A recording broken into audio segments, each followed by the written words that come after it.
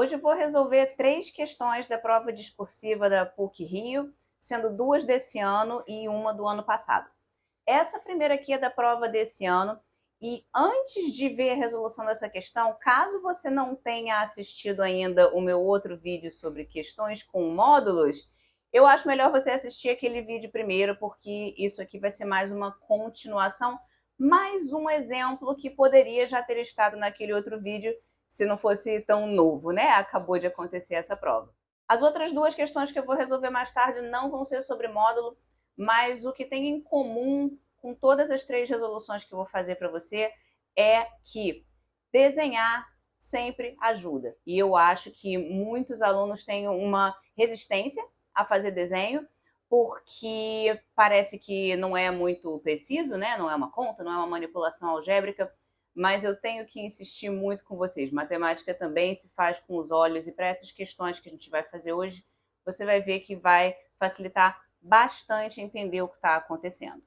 Então, para começar aqui, eu desenhei os 3 pedaços envolvidos na função f de x. É claro que não é para ser 3 funções separadas, né? Eu vou ter que somar as 3. A função azul aqui é a função módulo de x, que você precisa conhecer, e eu expliquei lá no outro vídeo que eu já mencionei.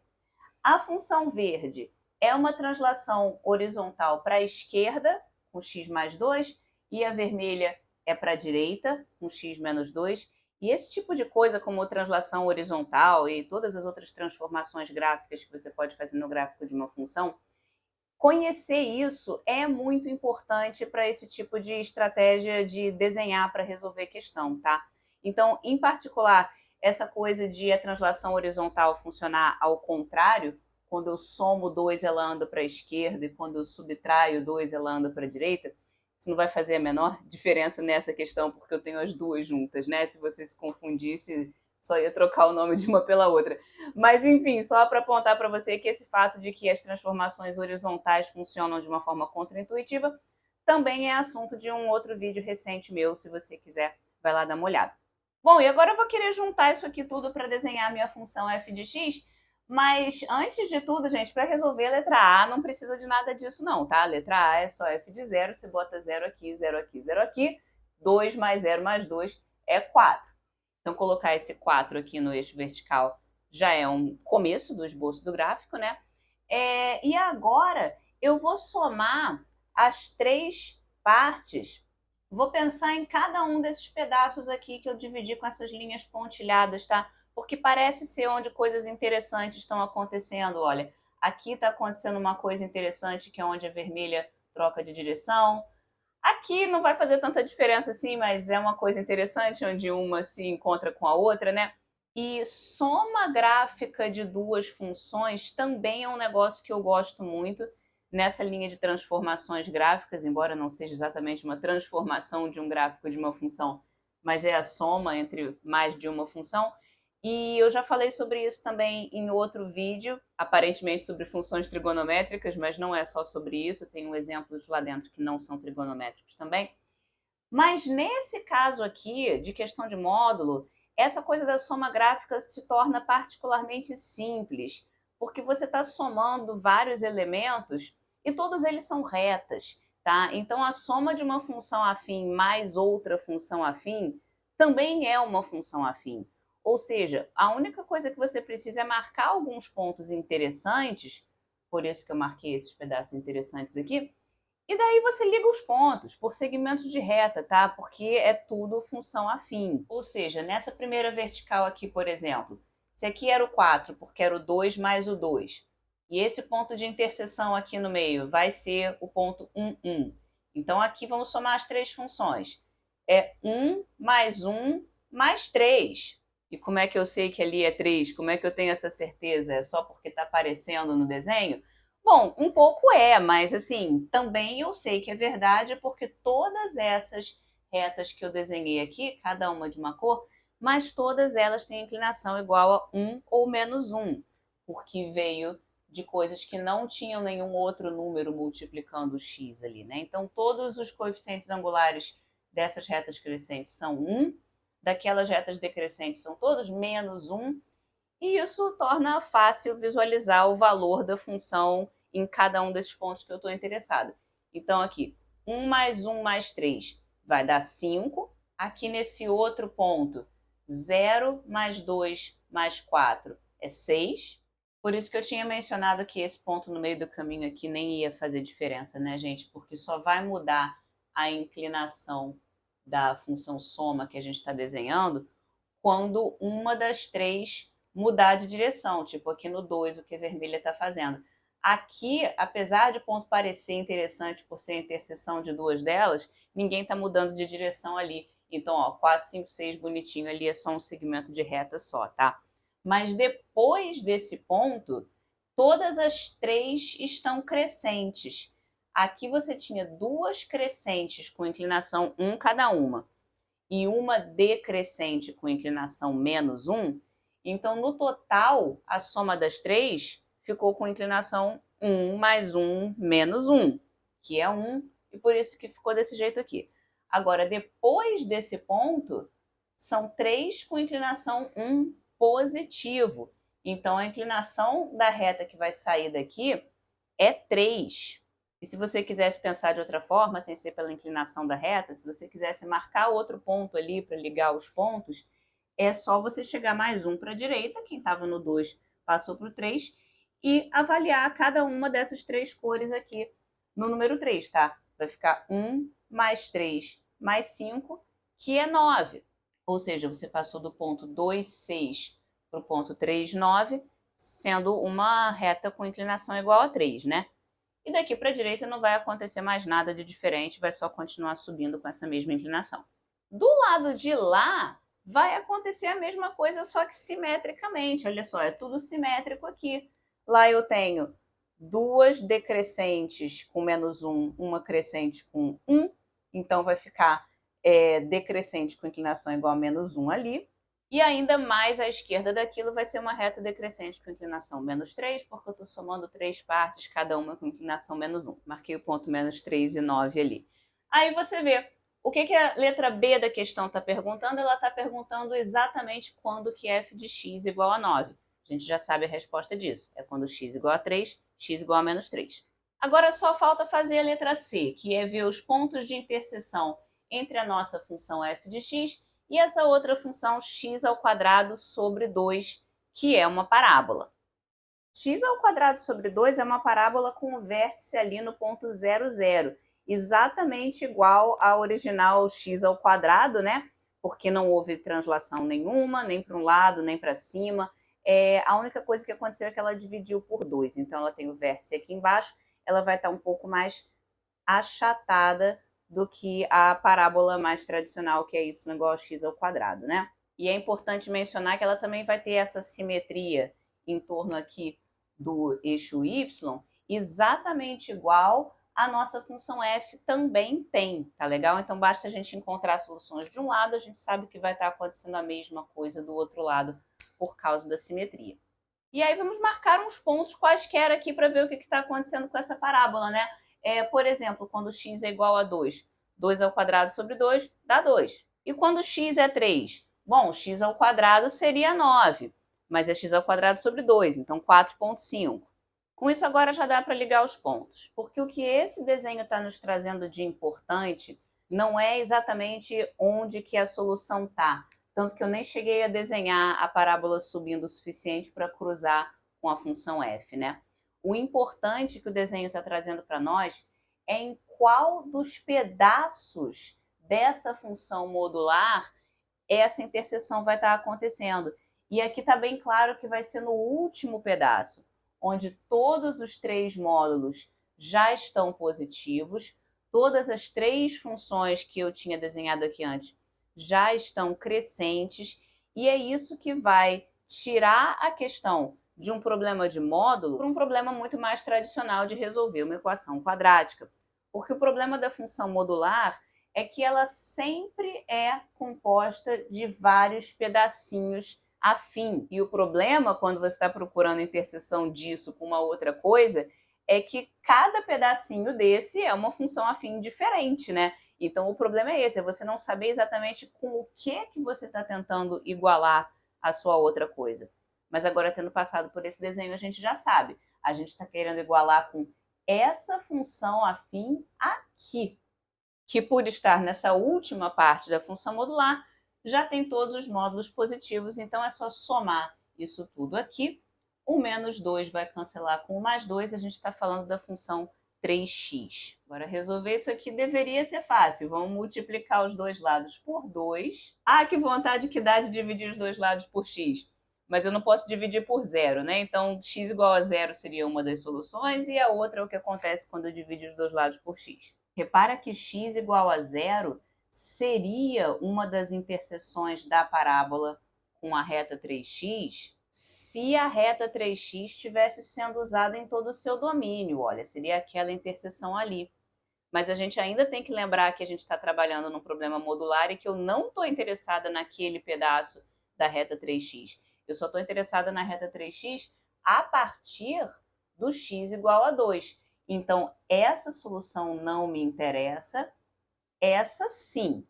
E aí, como eu mencionei antes, por simetria, eu sei que vai acontecer uma outra solução do outro lado, que vai ser no x igual a menos 6.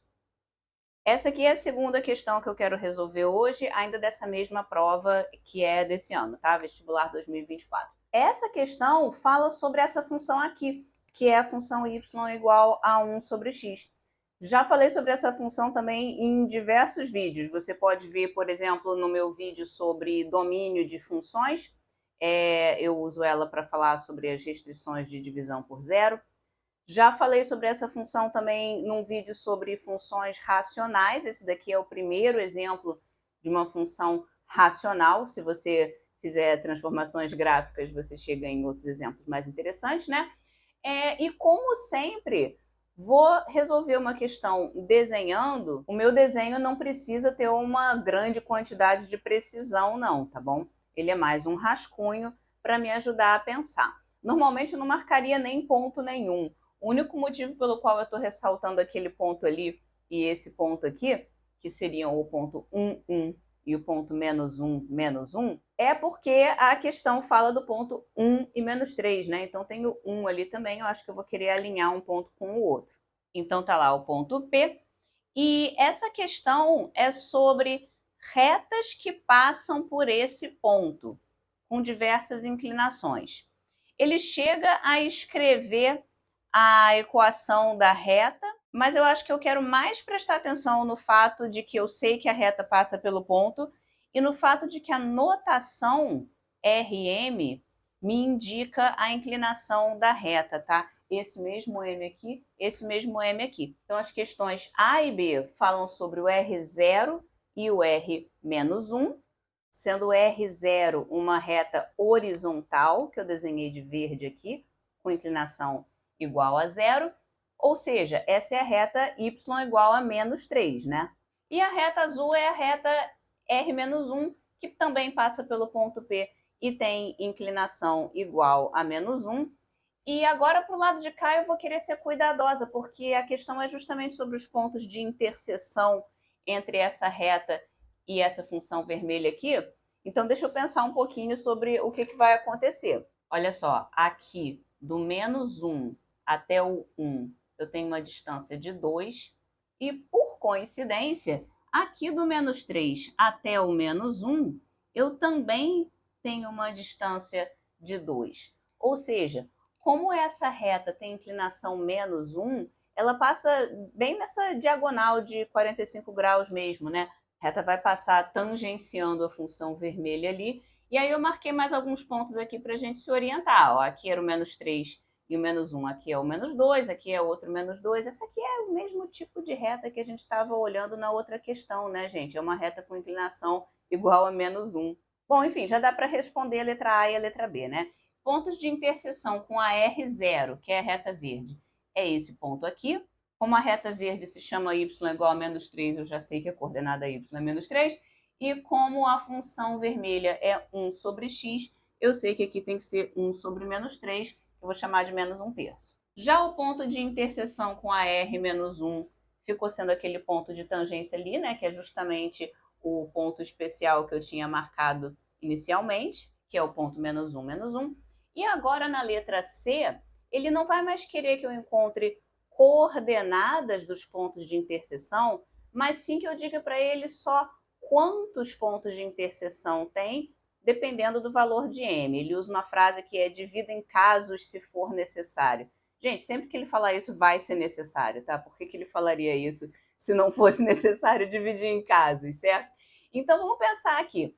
As duas retas que a gente já analisou só tiveram um ponto de interseção, mas eu estou procurando pelas possibilidades de outros casos. Então, será que dava para ter duas interseções?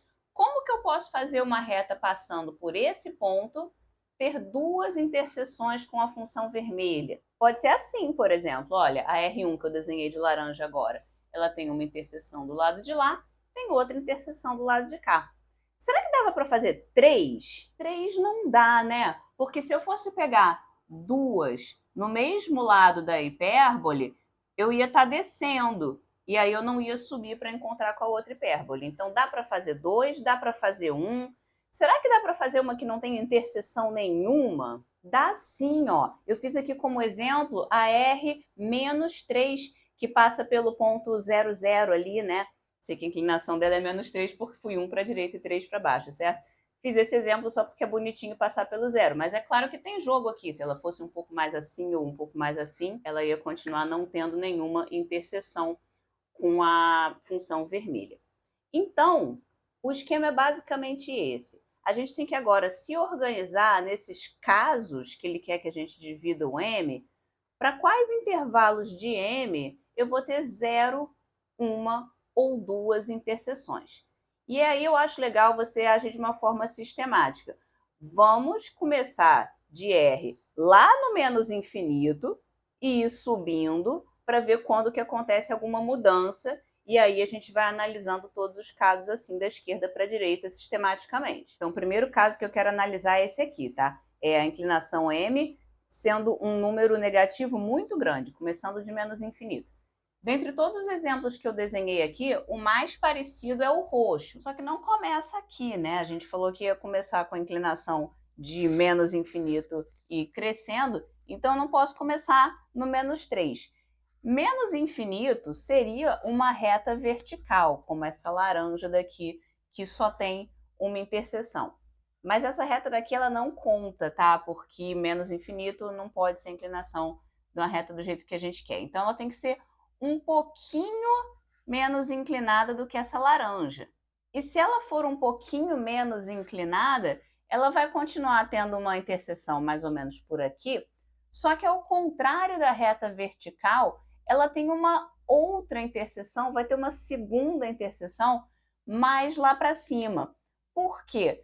A função vermelha está fazendo uma assíntota vertical aqui perto do eixo, e já a reta laranja, por mais que ela vá demorar para cruzar o eixo vertical, porque a inclinação dela é muito grande, ela vai demorar, mas ela vai acabar cruzando, né? Então, perto de lá, vai ter uma segunda interseção. Por outro lado, quando a inclinação já desceu o suficiente para chegar aqui no menos 3, ela já não tem mais nenhuma interseção. Então, em algum ponto entre esses dois lugares, eu passei de ter duas interseções para não ter nenhuma. Resta descobrir que ponto é esse, porque esse vai ser um ponto interessante, onde só vai ter uma interseção, e ela vai conseguir fazer isso, ter um ponto de interseção só, quando for um ponto de tangência aqui com a função. Eu tentei desenhar isso aqui na reta verde, tá? Tem um ponto de tangência mais ou menos por aqui. Só que é muito difícil de desenhar esse tipo de coisa quando as inclinações são tão grandes assim. Então, para descobrir qual é esse ponto, eu vou pegar a equação da curva vermelha e a equação da reta verde aqui. Vou tentar igualar uma a outra e fazer com que só tenha um ponto de interseção. Agora, eu acho uma infelicidade que esse seja o primeiro dos casos que a gente encontra quando começa a girar a reta, tá? Porque esse vai ser o caso mais chato. Depois você vai continuar assistindo o resto do vídeo e você vai ver que os outros casos são bem mais bonitinhos de visualizar. Mas para esse não vai ter jeito, eu vou ter que fazer uma conta.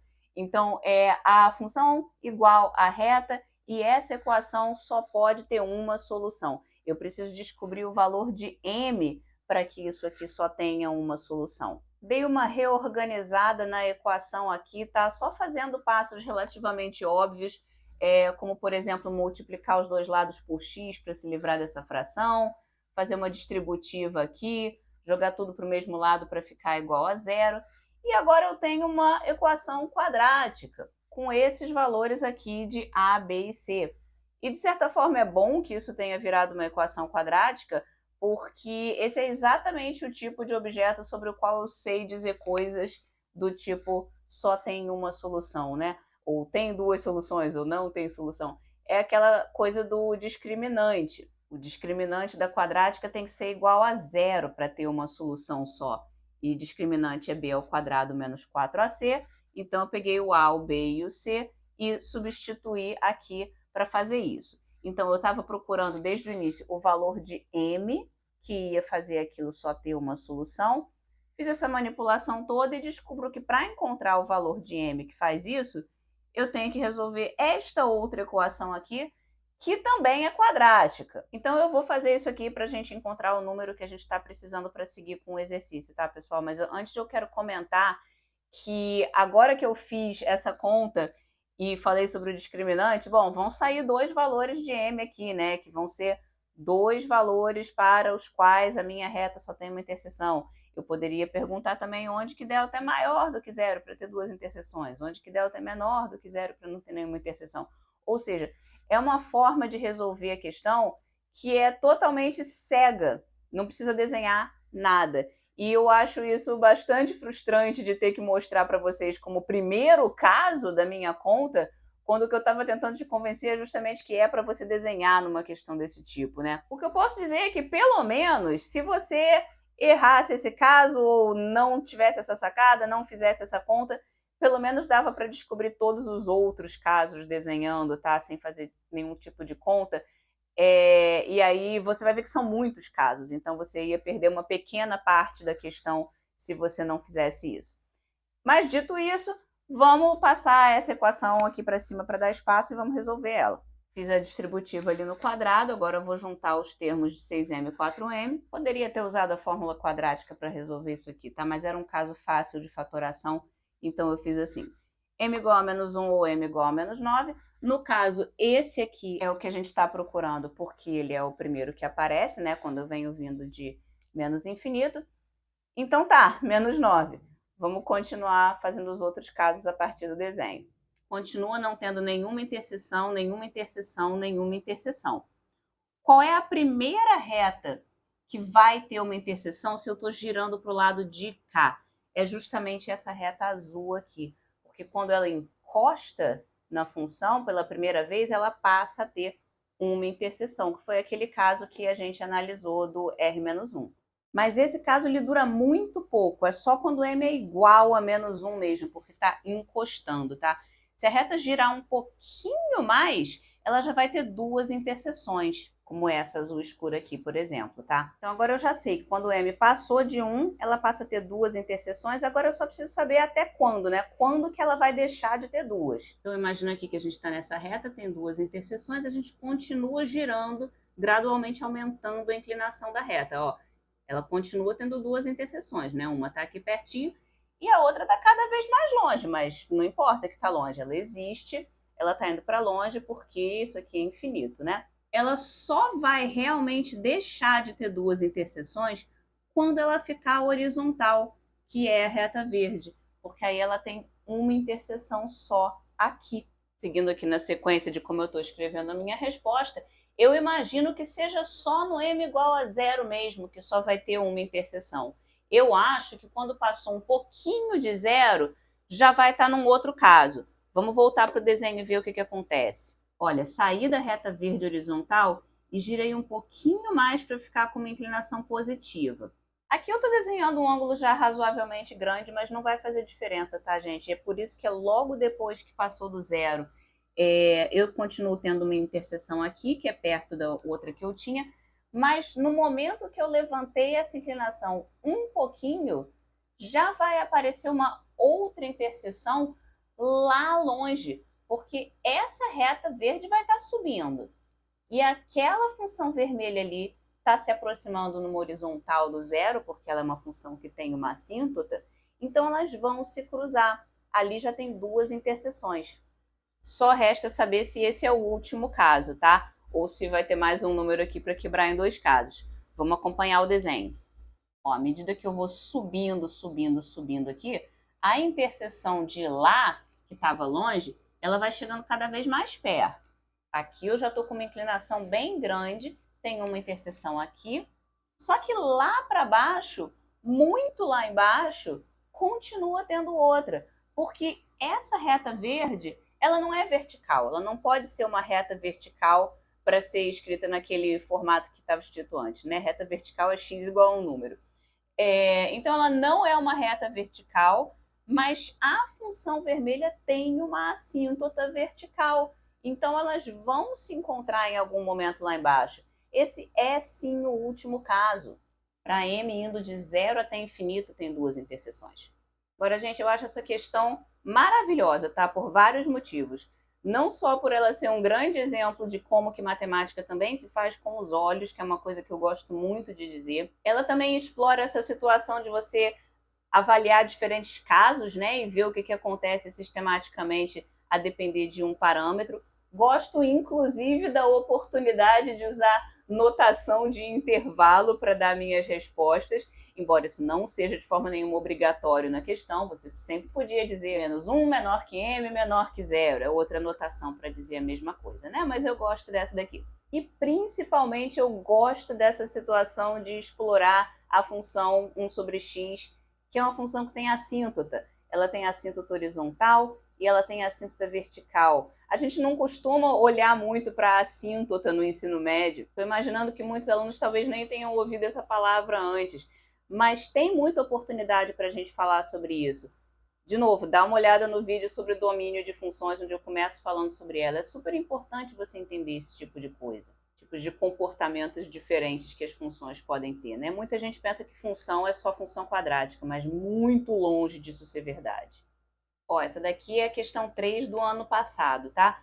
Muito, muito parecida a questão, só muda de qual função a gente está falando, de qual ponto a gente está falando, mas até a notação é a mesma, é o RM sendo a reta que passa pelo ponto com inclinação M. Então a gente precisa começar fazendo um esboço do gráfico daquela função ali. Aí você olha para ela e fala, mas ela é cúbica, eu só conheço função quadrática, como é que eu vou desenhar isso? Realmente só conhecer a função quadrática pode ser um problema na sua vida, né? Mas pelo menos essa função cúbica aqui especificamente, você tem um x para fatorar e aí fica um x vezes a quadrática que você tanto gosta. Então eu já sei que um dos zeros da função é quando x igual a zero, vou botar esse ponto ali, e os outros dois vão ser zeros desse fator aqui, que eu resolvo exatamente como eu resolveria se fosse quadrática, né? Igualando a zero, tá aí. Os valores de x são mais ou menos raiz de 3 sobre 2, são números um pouco menores do que 1, tá? Porque raiz de 3 é tipo 1,7, aí você divide por 2, fica menos do que 1. E eu estou interessada no ponto 1, né? Porque o meu ponto ali é 1. Então, vamos primeiro desenhar o que acontece com x igual a 1, e menos 1 também, para ver a simetria do outro lado, e depois a gente marca a raiz de 3 sobre 2. Bom, tá aí, gente. F de 1 é igual a 1, né? 4 menos 3 é bem fácil. O menos 1 você pode conferir fazendo conta também, ou então você só percebe que se trata de uma função ímpar, né? Porque todos os expoentes do x eles são ímpares, o 1 e o 3, então, se tem esse ponto, tem que ter aquele ponto ali também. Agora vamos marcar os zeros, que conforme a gente mencionou, são um pouquinho antes do 1 e do menos 1. Agora vamos ligar os pontos, só que eu tenho 5 pontos para ligar. Como é que fica isso? Aí não tem jeito, você tem que conhecer um pouquinho sobre função polinomial, né? Ela é uma função de grau 3, que é ímpar. O coeficiente líder é positivo, então ela vai terminar subindo. E agora é só ligar os pontos mesmo, vai fazer assim. Mais ou menos esse formato, tá, gente? Mantenha em mente que eu ainda posso querer mudar isso depois, porque eu não tenho nenhuma ideia de se era para ser pequenininho assim mesmo aqui, ou se era para ser mais grandão indo lá para baixo. Mas pelo menos para responder a letra A, isso aqui já basta. E na verdade, para responder a letra A, não precisava nem fazer isso, né, gente? Porque interseção com a reta vertical x igual a 1, é só realmente ver qual é o ponto que acontece quando x igual a 1. E a gente já até viu que é o ponto com y igual a 1 também. Então tá aí a resposta, é o próprio pirro, ponto 11. Agora, na letra B, aqui ele fala da R-1, aparentemente tem tudo para ser verdade também que o único ponto de interseção da curva azul com a reta verde é o mesmo ponto 11, né? Mas aí eu já fico um pouco nervosa com isso, porque podia ser que esse morrinho aqui não fosse tão pequeno. Na verdade, podia ser que ele fosse tão grande que faz umas interseções lá em cima com a verde. E aí? Eu, nesse momento, não sei ainda se o ponto 11 é a única interseção com a curva azul. Mas eu sei que certamente ele é uma das interseções, então eu posso começar colocando isso na resposta. Olha só, se você já viu um pouquinho de cálculo, e de fato às vezes ajuda nessas provas ter visto um básico de cálculo, né? A situação aqui é mais fácil a estratégia, tá? Se você quer saber o tamanho do morrinho, se ele é aqui embaixo ou lá em cima, o que você deveria fazer é tirar a derivada dessa função, igualar ela a zero para ver onde está o ponto de máximo. Se você fizer isso, você vai ver que a resposta é linda. O máximo valor é 1, então vai ser mais ou menos por aqui e a reta verde só tem mesmo aquela interseção. Mas eu não quero fazer isso, né, gente? Porque é um pouco injusto resolver uma questão de vestibular usando cálculo, que a grande maioria dos alunos do ensino médio não viu. Então, em vez de fazer isso, eu vou ter uma daquelas ideias geniais. Não sei nem o que é mais injusto, porque cálculo, apesar de não fazer parte do currículo do ensino médio, é um tópico tradicional e que você sabendo que ajuda nas provas, todo mundo tem todo o direito de sentar e estudar o cálculo. Agora, a ideia genial, talvez ela seja mais injusta ainda, né? Porque ideia genial, ou você tem, ou você não tem na hora da prova. E aí, vai contar com a sorte? Mas enfim, né, gente? A questão é que a gente quer encontrar interseções entre essa curva e essa reta.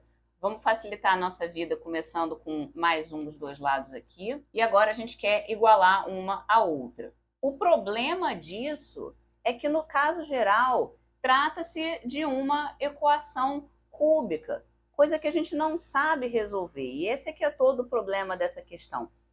Mas tem o seguinte, eu vou ver o que acontece, é um pouco que contar com a sorte mesmo. Se eu resolvesse fazer essa conta num caso mais fácil, que é no caso m igual a zero. Seria uma reta horizontal aqui, né? Que a gente não analisou ainda porque o problema não perguntou. O problema poderia ter perguntado para te dar essa dica de usar isso, mas ele não perguntou. Ele perguntou sobre a reta vertical, tá vermelha aqui, perguntou sobre a verde, que a gente meio que começou a pensar, mas não estamos satisfeitos com a resposta ainda. E eu estou chamando de ideia genial pensar na laranja horizontal aqui, porque isso veio da minha própria cabeça. Eu, enquanto aluno resolvendo a prova não pediu para eu considerar uma reta horizontal. Eu é que decidi fazer. E essas coisas é que são difíceis. É como é que a gente pensa em tomar essas decisões que vão ajudar a resolução da questão. E a melhor resposta que eu posso te dar é porque vai simplificar minhas contas. Então, vamos considerar o caso m igual a zero. Por que isso vai simplificar as minhas contas? Continua sendo um polinômio de grau 3, que tem potencialmente 3 respostas diferentes, que eu não sei encontrar. Mas só que esse caso vai facilitar minhas contas porque uma delas eu já sei. Eu já sei que essa função passa pelo ponto 1, 1. Então, eu estou vendo que x igual a 1 é uma resposta aqui, né? 4 menos 3 é igual a 1. Facilita a minha vida porque agora eu posso fatorar desse polinômio um termo de x menos 1, que é aquela resposta que eu já conheço. E para descobrir o que vem nesse parênteses aqui, se isso vezes isso é igual a isso, então é porque isso dividido por isso é igual àquilo ali. E eu vou dividir um polinômio, que é uma das coisas que eu mais gosto de fazer. Começo olhando para o maior termo dividido para o maior termo. 4x ao cubo dividido por x é 4x ao quadrado. Multiplico 4x ao quadrado por aquela coisa toda ali. Escreve aqui e subtrai. Você está fazendo isso de propósito para esse cancelar com esse, porque agora você executa o restante da subtração e você obteve um polinômio de grau menor do que o anterior, tá? Então o problema está tendendo a se encaminhar para o final.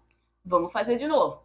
4x² dividido por x é 4x. Coloca o 4x ali, multiplica pelo x menos 1, coloca a resposta aqui e subtrai.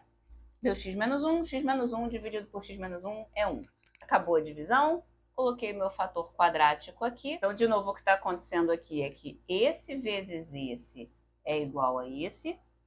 Esse aqui me dá a solução x igual a 1 que eu já sabia, que é quando a reta laranja cruza pelo ponto 1, 1. E esse outro fator quadrático aqui vai me dizer que outras, se é que tem outras, interseções daquela reta laranja com a minha curva azul. Para minha sorte, esse fator aqui é um quadrado perfeito. Ou seja, tem uma outra solução sim da laranja encostando com a azul, que é no x igual a menos meio. Mas ela é uma solução dupla. E solução dupla é o que acontece quando a reta passa tangenciando. Ou seja, sem querer, eu descobri onde estava o máximo da curva azul. E é aqui no 1, não é lá para cima. Ou seja, não tem outra interseção com a reta verde. E a resposta da letra B não tem E nada. É só o ponto 1, 1. Agora, para fazer a letra C, que pergunta quantas interseções tem com RM e pede para dividir o M em casos, se necessário, igualzinho a questão desse ano, eu vou fazer a mesma coisa que eu fiz na outra questão, né? Eu vou olhar para esses exemplos que eu já tenho aqui. A verde tem uma interseção, a laranja tem duas interseções, e eu vou pensar um pouquinho mais como, será que dava para ter 3? Bom, nesse caso dava, né? A reta R1, por exemplo, tem 3 interseções. Então vamos começar aqui e ver o que acontece, né? Da mesma forma sistemática que eu falei na outra questão, vamos começar pensando em M indo de menos infinito até mais infinito e ver quando que muda o comportamento da reta pelo caminho. Começando com menos infinito, é quase como se fosse essa reta vermelha vertical aqui, porque essa de fato é vertical, mas a gente não vai ter vertical, né? A gente vai ter retas um pouquinho mais para cá, que são como a reta verde, olha. Elas têm apenas um ponto de interseção. Você vê que a vermelha tem um ponto de interseção, a verde também, e não aconteceu nada estranho entre uma e a outra. Então é tudo com um ponto de interseção até chegar na reta laranja, que tem um segundo ponto de interseção. E aí, passando de zero, a gente já vai começar a ter 3 interseções. Como essa rosa aqui, ó, que tem 1, 2, 3. Ela continua assim, a roxa, essa outra rosa aqui, super mais inclinada do que a roxa, também tem 3. Olha, a gente está vendo uma aqui e outra aqui, mas a gente sabe que vai ter outra mais embaixo. Como que a gente sabe?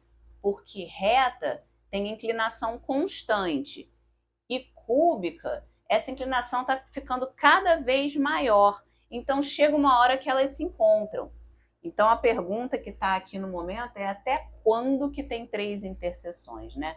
Então é o seguinte, gente, não é que aquela que está descendo cada vez mais vai deixar de existir. Vai deixar de 3 e passar a ter 2, por outro lado, quando essa e essa se tornarem a mesma interseção, que aí vai ser uma interseção com multiplicidade 2, né? Que nem aquela dali tinha multiplicidade 2 na reta laranja. É quando duas coisas se tangenciam. Então eu fiz um desenho aqui mais de perto, tá? Tipo dando um zoom para a gente poder ver melhor quando que isso vai acontecer. Esse é o ponto 1, 1. Essa é a reta vermelha vertical x igual a 1. E essa reta rosa RM, que eu ainda não sei o valor de M, é quando acontece isso que eu estava falando. Elas se tangenciam, então tem uma solução de multiplicidade 2 aqui e a terceira lá embaixo. Mas de toda forma isso vai contar como duas interseções, porque tem essa aqui e a outra de baixo. E agora eu quero saber o que acontece quando eu passo dessa inclinação, que é como se fosse essa reta azul claro aqui, tá? Mais inclinada do que a rosa. Então ela tem essa interseção, Tem uma lá embaixo, sim, pelos mesmos motivos que a gente estava falando antes. E pelos mesmos motivos, só que de cabeça para baixo, ela vai ter uma terceira lá em cima. De novo, que motivos são esses? A reta azul claro tem uma inclinação que é grande, mas é constante. E o azul escuro, que é a curva cúbica, tem uma inclinação que está aumentando cada vez mais. Então, ela vai passar da outra, elas vão se encontrar de novo. Ou seja, o esquema da resposta é esse aqui. Resta descobrir qual número é esse M cor-de-rosa, que é quando tem um ponto de tangência ali entre a reta e a curva, tá? Então, algebrizando agora, porque matemática também se faz com os olhos, mas isso só vai até um certo ponto, né? Chega uma hora que a gente precisa fazer uma conta. Algebrizando a situação que a gente encontrou aqui, eu quero que a interseção, portanto, a igualdade entre a cúbica e a reta, com um coeficiente desconhecido m, tenha uma raiz dupla no x igual a 1, que é aquele ponto. Passei tudo para o lado esquerdo aqui para ficar igual a zero. Aliás, eu posso botar um x em evidência aqui também, né? E eu sei que isso tem uma raiz dupla em x igual a 1. O que isso significa em termos da fatoração desse polinômio de grau 3? Significa que ele tem esse formato aqui. Ele começa com aquele 4, que não tem de onde mais vir o 4. O x menos 1 ao quadrado é a raiz dupla no x igual a 1 que a gente está procurando. E o x menos q é a terceira raiz, né? Que é o nome que eu dei para a terceira raiz, porque essa era p, a outra ficou sendo q. E agora eu só fiz todas as distributivas, tá? Vou distribuir o 4 também. Coisa esquisita, né? Fatorei tudo para depois distribuir tudo de novo. Mas eu ganho informação com isso, tá? Você vai ver já já. E, aliás, isso é parecido com a forma pela qual eu gosto de pensar em completamento de quadrados, embora pareça que não tem nada a ver com isso que a gente está conversando aqui. Vai lá dar uma olhada no meu vídeo de completando quadrados também, porque eu faço um negócio parecido de fatorar para depois distribuir de novo. E tanto lá quanto aqui, a ideia é que essas duas coisas têm que ser iguais, né? Se eu fatorei e depois distribuir, tem que não ter acontecido nada. Então, essas duas expressões são iguais. Por exemplo, o 4x ao cubo que estava aqui, está aqui também. Mas o que vai me interessar é esse coeficiente de x aqui, olha, que é menos 3 mais m. Qual é o coeficiente de x nessa versão aqui embaixo? Bom, tem o 4x e tem o 8qx. O que parece meio triste, porque eu também não sei o valor de q, mas repara no coeficiente de x ao quadrado. Menos 8 menos 4q. Não tinha coeficiente de x ao quadrado na versão original. Então, esse coeficiente de x ao quadrado aqui tem que ser igual a zero. O que me dá o fato de que q é igual a menos 2. E agora eu posso usar isso no coeficiente de x, que era menos 3 mais m igual a 4 mais 8q. Posso botar esse q igual a menos 2 aqui. 4 menos 16 é menos 12. Vou multiplicar os dois lados por menos 1. E assim eu descubro que o m vale 9. Coloquei os 9 todos lá na resposta nos lugares adequados. E é isso. Terminou a questão.